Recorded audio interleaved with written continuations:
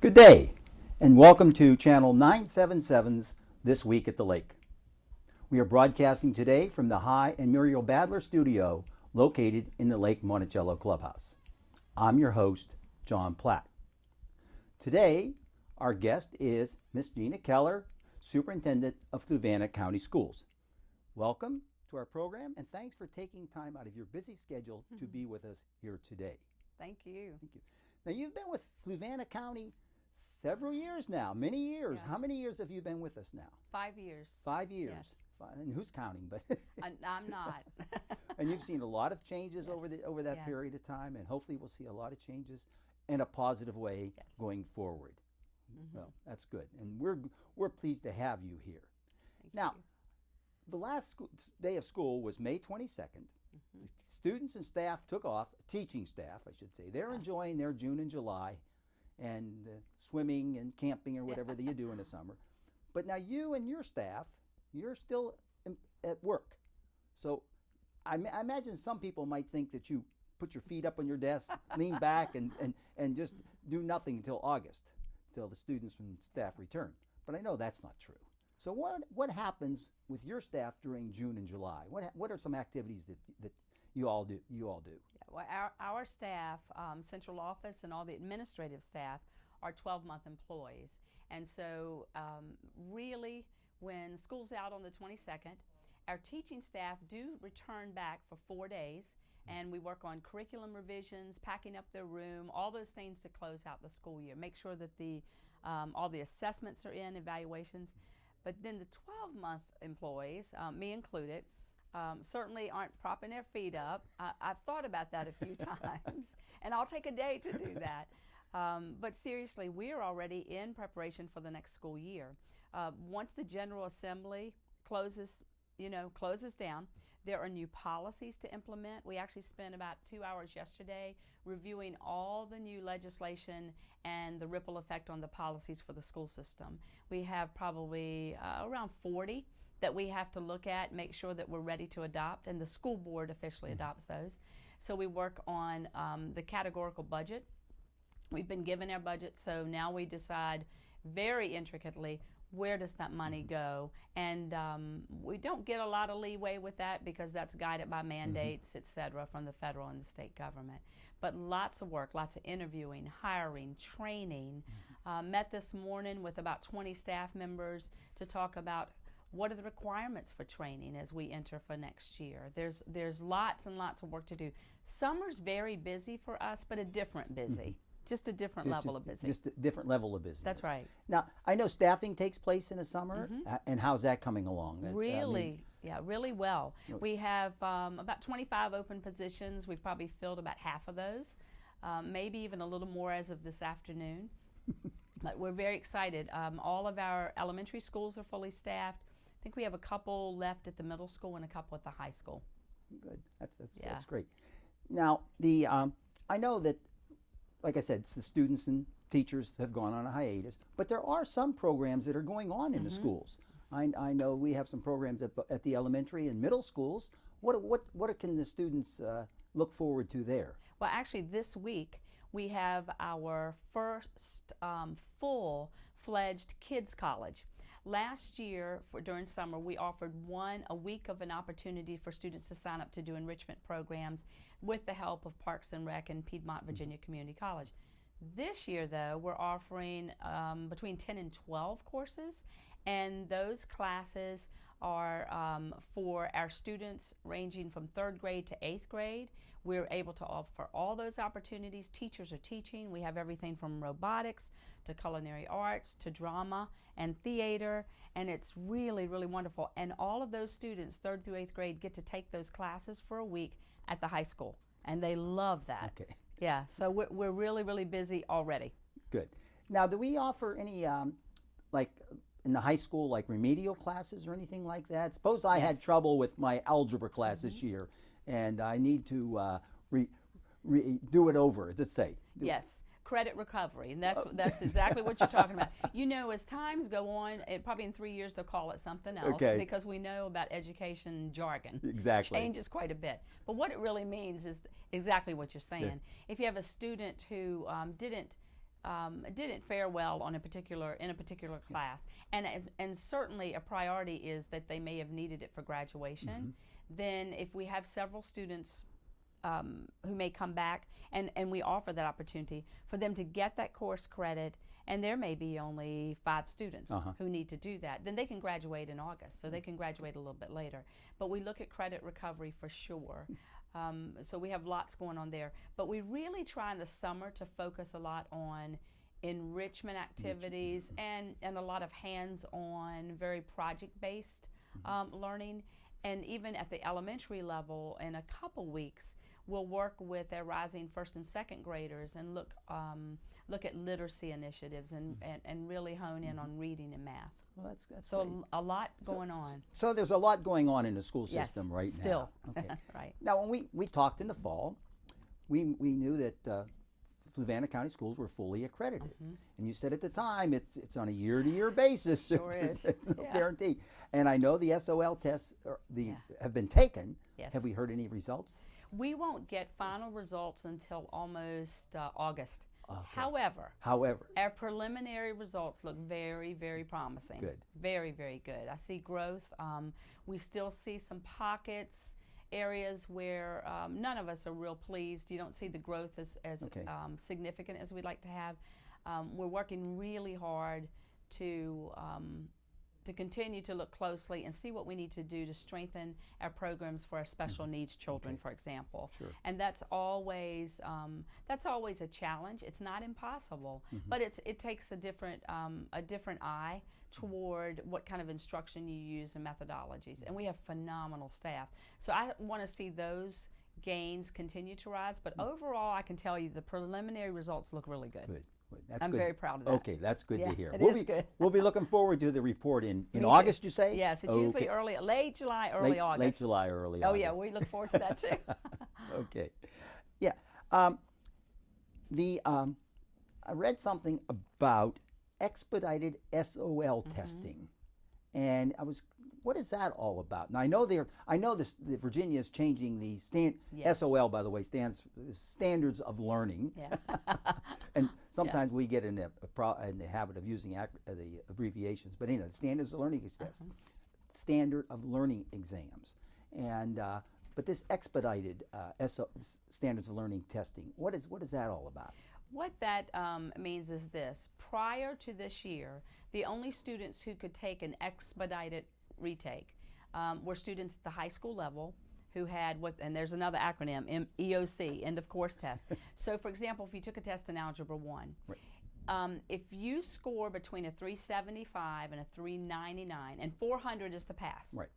If you score between 375 and 399, then you're given an opportunity to understand maybe what you missed on that test, not by question, but by concept. So maybe you had difficulty in a particular theory or process in algebra. Then you have a chance for some reteaching, and then you can retake that test within a certain window. So that's a good thing, and especially for high school students, because they have to have what they call verified credits to graduate. They have to pass the SOL and pass the class. So that's important for them. This year, however, they offered expedited retakes as low as elementary school.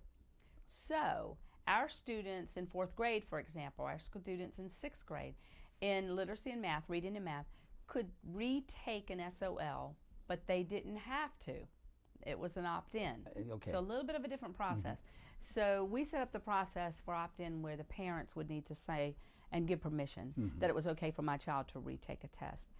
The majority of our children who met that mark, that 375 to 399, did retake the test, and we saw some good results from that. Okay. All right. And that affects the students because then they don't have to do it again. Obviously, they don't have to repeat it next year. And at the elementary level, though, it really doesn't affect the student directly. Interestingly enough, it affects the teacher's pass rate for that particular child.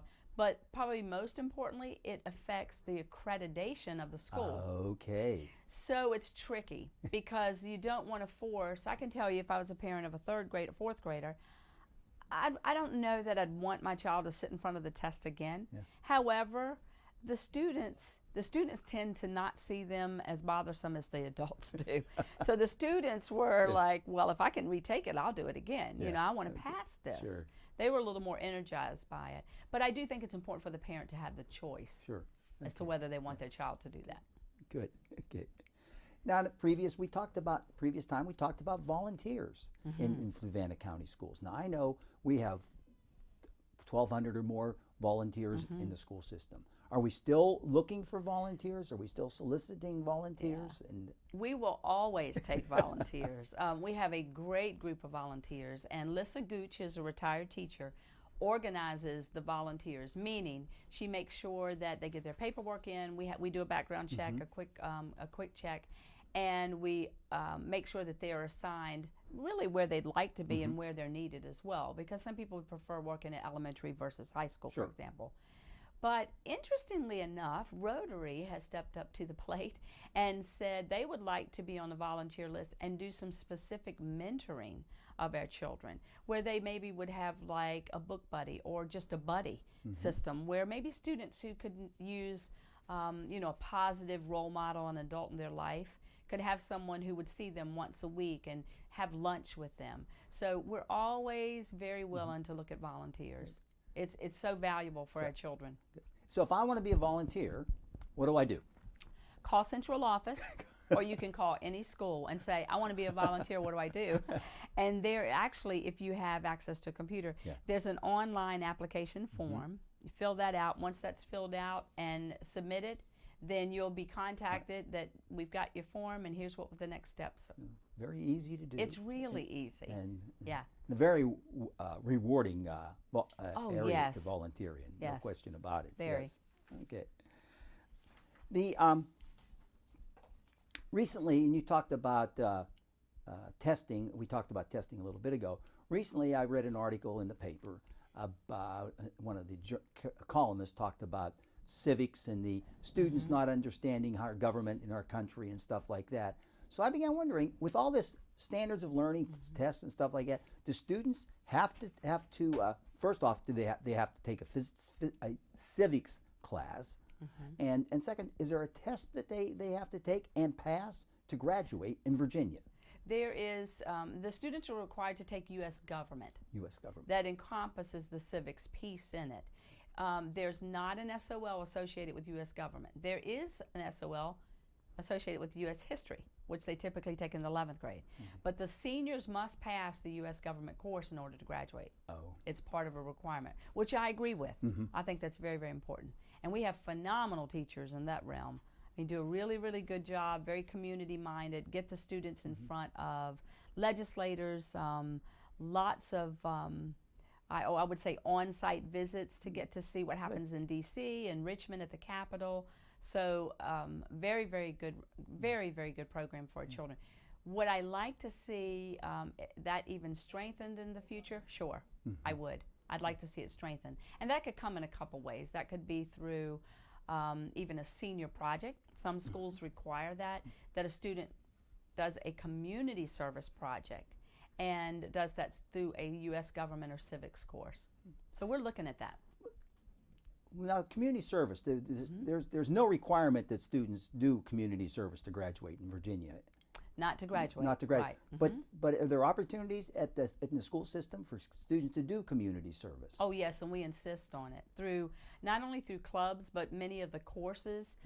Even some of the athletic teams have a requirement as part of the athletic team that they reach out and do community service, even within the school district, and do peer buddies and peer tutoring. Oh, they do a really, really nice job. Well, that's good to know. Yeah, it's really they're very active. We have Interact, again, I'm just familiar with it because of Rotary, but Interact is a very, very involved group of students who do a lot of community service. Our FFA, through the Ag program, does a lot of community service. We have outreach to the senior living center. I mean, all kinds of opportunities for our children. Well, that's good to know. Yeah. All right. Now, the changing gears a little bit, last year in our calendar, school calendar, we introduced something that we called bank days. And I think it was 10 bank days that we put in.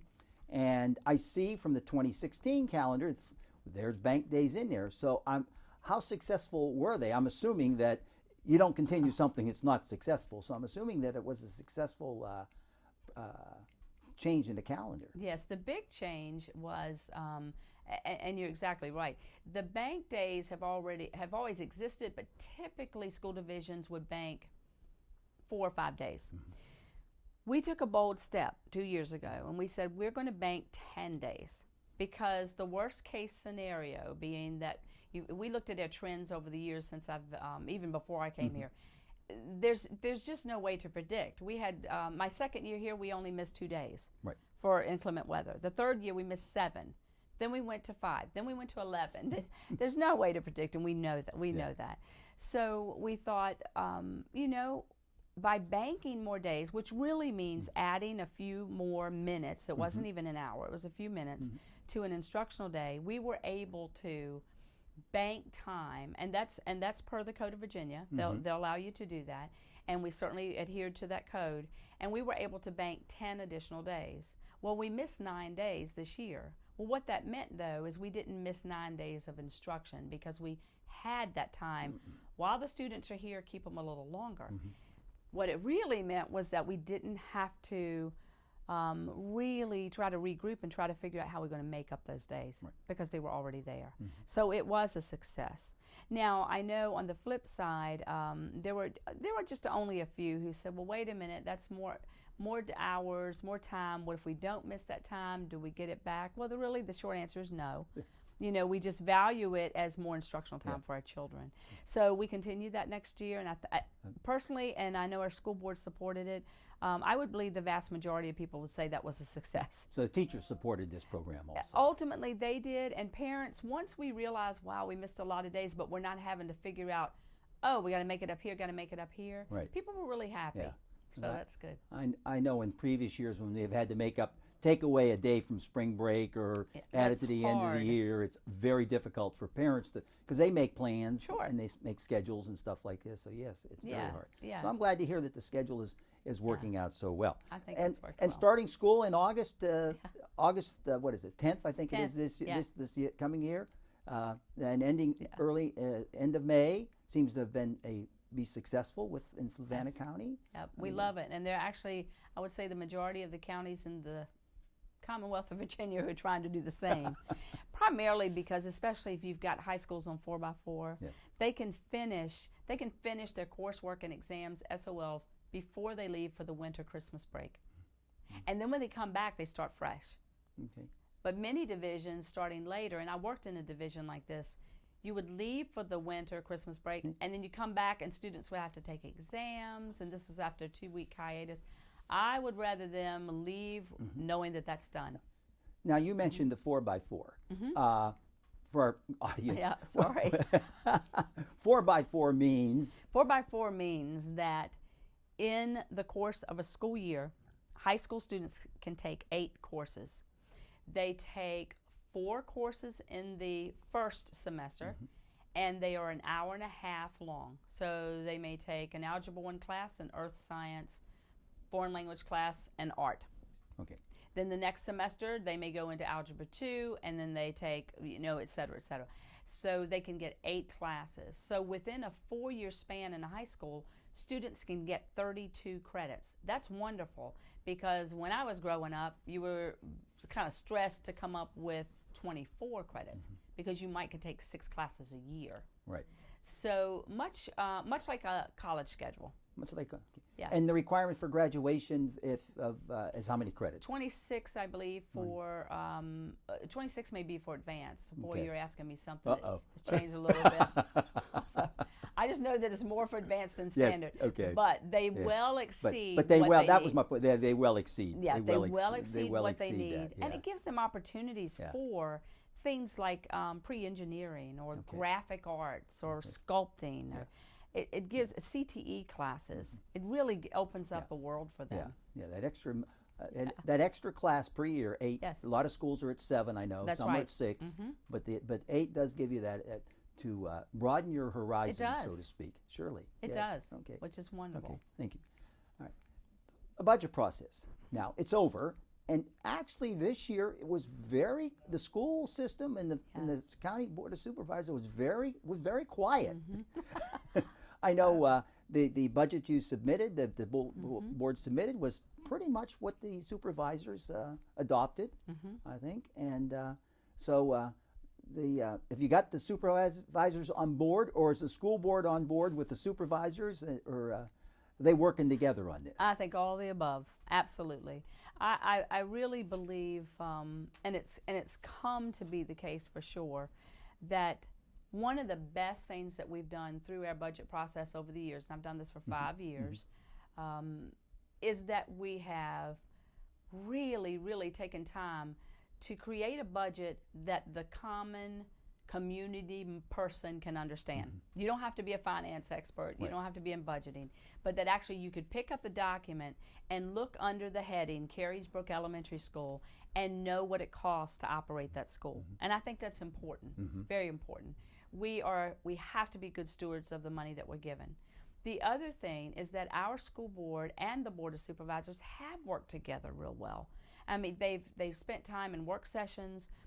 Miss Washington and Miss Moselle Booker, who's the chairperson for the Board of Supervisors. Miss Washington's our chairperson for our school board.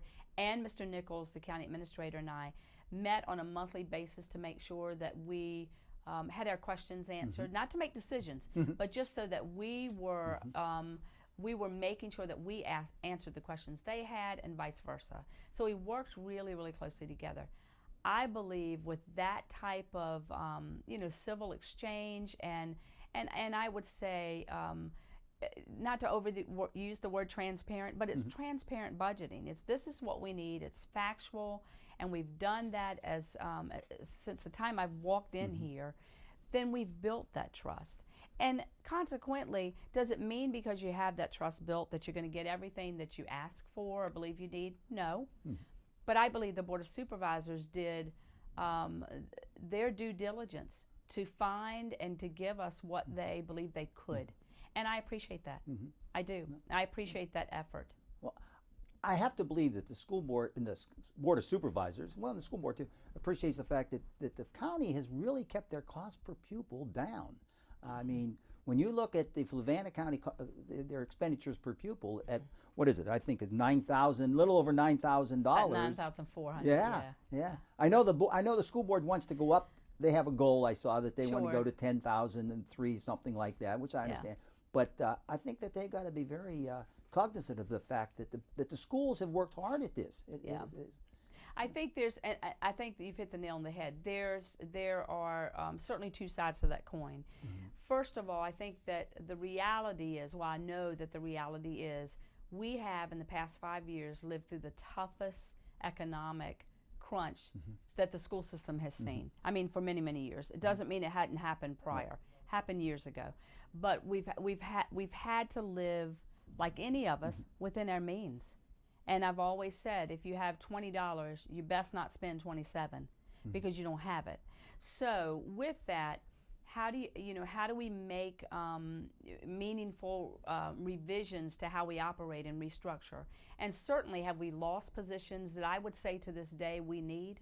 Absolutely. I mean, we run a 500 plus employee operation and we have no HR department. We have people doing pieces of it. And that's just unheard of. But there's no way this year I would have advocated for that position, even though it came up in the efficiency review, because it wasn't time for that yet. You know, we'll go through another year and then see what happens. We've been able to keep our salary scales competitive, but we're operating with 2 scales, and that's not something I want to continue for long term. And we operate with 2 scales for our teachers because we had to introduce a new scale that was more affordable and more predictable. Those are tough decisions that our school board has had to make. And I appreciate that we can speak about it and that we can work through the issues and identify where we're headed. And even knowing that the per pupil expenditure is low, and it's low, it really is low. There is something to be celebrated, but there's also enough to be a little bit concerned. What have we cut? You know, we've cut foreign language out of our 3rd and 4th grade classes. in this world, in this day and time, our children need to be exposed to Spanish and to French, and they need the exposure to those classes that they don't get that our neighbors do. Yes. And we have to be real careful. I'm real careful to celebrate when I also know that I think we've done a good job managing a tough budget, but we also have to look to the future. So that means we're going to have to think differently. Right. Well, I know in staffing, it's got to be difficult when you're talking about salaries. Oh, gosh, when you're comparing yes. your neighboring counties to you, whether you're, Yes. it's got to be difficult for you and your staff to get competent and outstanding staff members. Yes. And I really applaud the ones that we have that stay here. Yeah, they're wonderful, and we've been able to still be competitive enough to get expert people coming in as people have retired, and that speaks volumes.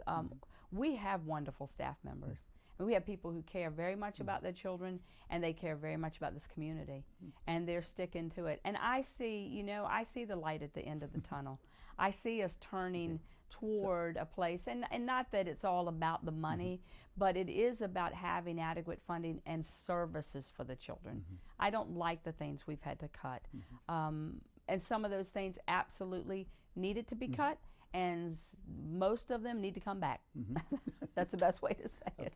Yeah. Okay. Sometime in the future, I would like to talk to you about the efficiency report. Yes, it's interesting. Yes, we're not going to touch on it today. Yeah, but it's really interesting. We're glad to do that. I did read some about it earlier and then touched on it. Okay. Yes.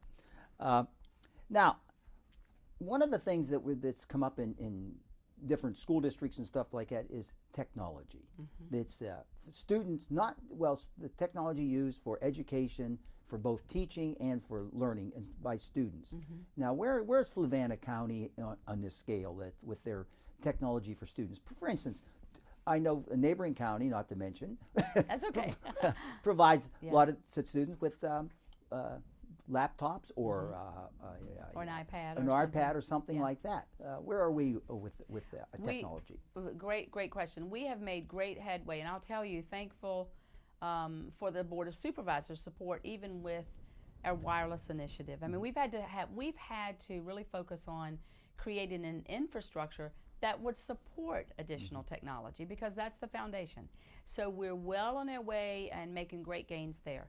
The second piece of that, and you'll see it coming in our budget proposals as we move forward, are things like looking at a one-to-one initiative. And what that means is that, for example, we have to work with our board to figure out exactly where to start.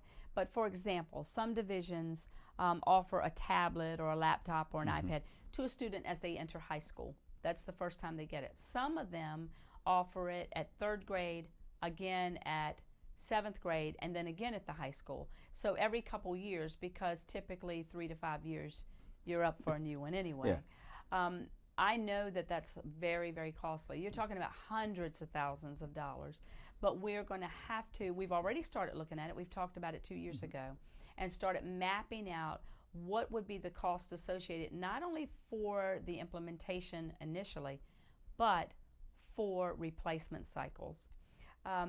This past year, we made a proposal to the Planning Commission that embedded in the capital improvement plan, that there be funding for replacement of technological tools, laptops, etc. Many school divisions do this. Now, our Planning Commission actually recommended to the Board of Supervisors not to go that route yet, or I shouldn't say yet, not to go that route. They were concerned that it really needed to be in the operational budget at our level, and I can see both sides to that. That if it was in the CIP, it wouldn't necessarily impact the per pupil expenditure. We'd be spending money that really wasn't showing up that we were spending. So there was a little bit of conversation about that. Bottom line is this: we have definitely behind in that, but we are working and have a definite plan to proceed for next year. Good. That's good to hear that it's we're exciting. moving in that direction. Oh, absolutely. Yes. Now, I go back to truth and my truth area. I'm a former teacher, and I can remember when in the classroom you had one duplex outlet in the back of the room or up in the front of the room. There was not 2 of them. You had one, And they started bringing in all the electronic equipment, and you had one duplex outlet. That's right. No place to plug anything in. So I understand what like that too. So I understand the need for the infrastructure. Yes. Okay. Now, recently I just learned about something really, really neat at the high school, and that is the Paul Bragg Scholarship. This is pretty unique to a high school in Virginia, and I believe that our graduating seniors received quite a bit of money this year in scholarships from this source. Yes. You want to expound on that for us, please? Oh, it's wonderful. We have the Paul Bragg Scholarship set in place that really forever. The funding is available for students. They meet certain criteria, some scholarship, academic performance, some need, etc. But we had 17 students, seniors, from the high schools receive collectively together $125,000 in scholarships. One of our students, who actually was the valedictorian, received $40,000 with a scholarship. Wonderful, wonderful opportunity for our students. Yes. Very, very excited. Yeah. I read that, and I could not think of another school district that I'm aware of that has that kind of a incentive, I would call it, for seniors. Yes. Graduating seniors. Isn't that wonderful? That is just wonderful. Yeah. Yes. And I understand there's been like over $750,000 distributed. Almost 900. Almost really, 900. We were calculating, because some of the things come through the colleges themselves. Okay. Different little scholarships. So almost $900,000, I believe. That is remarkable. Isn't that wonderful? That is great. It's wonderful. Yes. Okay. Now, because there are so many good things that are happening in the school system, we always give Miss Keller a chance to brag about the Fluvanna County schools. And so now is your opportunity to tell us about some good things that have been happening that we haven't touched on here this year. Wow, lots of good things, so I'll speak quickly. I believe I say this every time, though. The first thing, really, our students and our staff, and I mean that genuinely. We have remarkable staff. We're very, very fortunate. We have people who are learners. They want to do well for our children. They want to have the tools that they need. They want to learn more about how to make use of those. So I'm proud of our teachers and our staff. Very, very good staff. Students, absolutely love them, and of course, we wouldn't be in this business if we didn't love our children, and certainly shouldn't be if we didn't love our children. But great community support this year, really lots of good dialogue about where we're headed. And one of the great things I'm excited about is that for the next the 2 days, Thursday and Friday of this week, I spend a lot of time with about 25 administrators and directors looking at data, looking at their survey results, and looking at how we move forward with the strategic plan. On June 18th, we're inviting our staff to come in, and they're not required. Typically, we have between 20, sometimes we've had as many as 60 come and join us and talk about where do we go next year and what does that look like for the next couple years. But I am excited about the good things that we've been able to build so that in the fall, every principal will host a time for community members. You don't even have to have a child at their school. Community members and their parents and their staff to come together and look at our data and talk about the things that you brought up today. Where are we going to be in 5 years, and what do we need to do in year 1, year 2 as we build to that? Very excited about that process. The other thing that I'm, again, very excited about is our I3 grant. I3 grant is a national grant, and it's extremely competitive. Fluvanna, Charlottesville City, and Albemarle wrote for that grant. And we have been awarded that grant, and it's over $3 million. And the whole focus of that grant is to get into our middle school and high school and get our children into hands-on STEM, more science, hands-on science instruction, technology, engineering preparation, deepen our math preparation for our children. Very, very excited. We work in partnership with the University of Virginia Engineering Department. We're working with the Smithsonian Institute to develop what they call invention kits, and it's just a huge initiative, and we're ecstatic.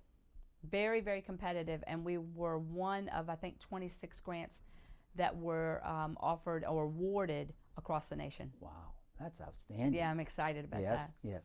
And this program will take place at the high school, at our high school and middle school. What we're going to do, it's intended for 8th grade. However, we are very fortunate that we're able to staff not only an 8th grade teacher in tech ed at the high school through this grant, we will be able, through our funds from the Board of Supervisors, to staff a tech ed at the middle school because we want it to start in the middle school. Sure. And then in 2 years, we would go as far down as 3rd grade so that we build up. Oh, that's just outstanding. Oh, it's wonderful. That is a great feather in your cap for this grant. Thank you, but lots of work. Lots of work on a lot of staff. I can assure you I do none of this alone. None of it. So it's great. Well, I know how important staff is to a successful school system. I understand that, but it's also important to have a leader at the top who understands that. And we do appreciate your leadership in providing us a school district for which we can be very proud. Yeah. So thank you for being with us here today, and hopefully we'll do this again in the fall. Okay. Thank you. Okay. Thank you so much. Okay. Our thanks to Ms. Keller for being here today and for her efforts. We always applaud her. I would like to remind you that the schedule will be repeated at 7 a.m. and 9 p.m. Starting for the next few days.